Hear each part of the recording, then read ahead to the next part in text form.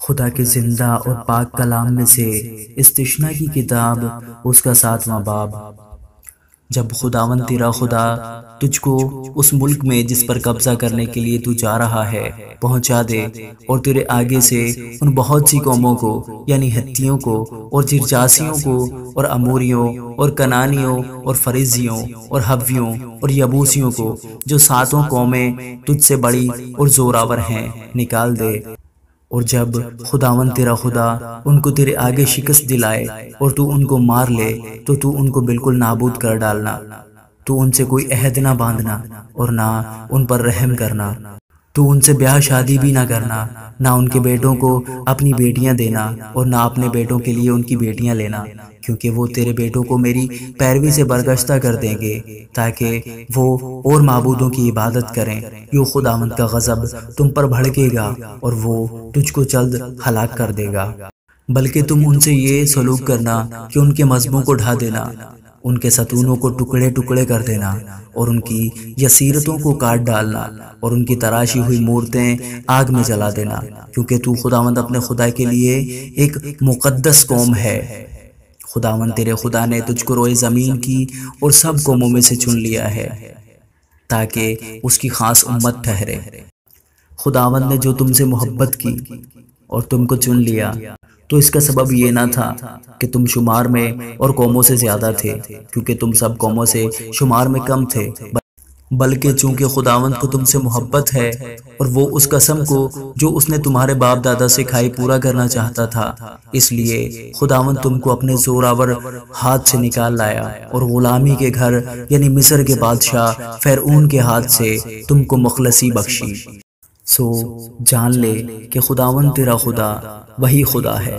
वो वफादार खुदा है, और जो उससे मोहब्बत रखते और उसके हुक्मों को मानते हैं उनके साथ 1000 पुश्त तक वो अपने अहद को कायम रखता और उन पर रहम करता है। और जो उससे अदावत रखते हैं उनको उनके देखते ही देखते बदला देकर हलाक कर डालता है। वो उसके बारे में जो उससे अदावत रखता है देर ना करेगा, बल्कि उसी के देखते देखते उसे बदला देगा। इसलिए जो फरमान और आइन और अहकाम में आज के दिन तुझको बताता हूँ, तो उनको मानना और उन पर अमल करना। और तुम्हारे इन हुक्मों को सुनने और मानने और उन पर अमल करने के सबब से खुदावंद तेरा खुदा भी तेरे साथ उस अहद और रहमत को कायम रखेगा जिनकी कसम उसने तेरे बाप दादा से खाई, और तुझसे मोहब्बत रखेगा और तुझको बरकत देगा और बढ़ाएगा। और उस मुल्क में जिसे तुझको देने की कसम उसने तेरे बाप दादा से खाई, वो तेरी औलाद पर और तेरी ज़मीन की पैदावार यानी तेरे गल्ला और मै और तेल पर और तेरे गाय बैल के और भेड़ बकरियों के बच्चों पर बरकत नाजिल करेगा। तुझको सब कौमों से ज्यादा बरकत दी जाएगी, और तुम में या तुम्हारे चौपायों में ना तो कोई अकीम होगा ना बांझ।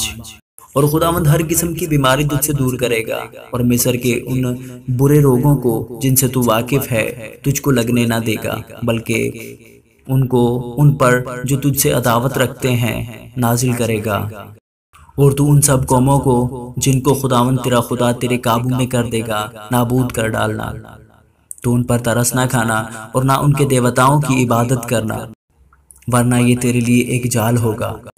और अगर तेरा दिल भी ये कहे कि ये कौमें तो मुझसे ज्यादा हैं, मैं इनको क्यों कर निकालूं, तो भी तू इनसे न डरना, बल्कि जो कुछ खुदावंद तेरे खुदा ने फ़िरौन और सारे मिस्र में किया उसे खूब याद रखना, यानी उन बड़े बड़े तजर्बों को जिनको तेरी आंखों ने देखा, और उन निशानों और मोजज़ों और जोरावर हाथ और बुलंद बाजू को जिनसे खुदावंद तेरा खुदा तुझको निकाल लाया, क्योंकि खुदावंद तेरा खुदा ऐसा ही उन सब कौमों से करेगा जिनसे तू डरता है।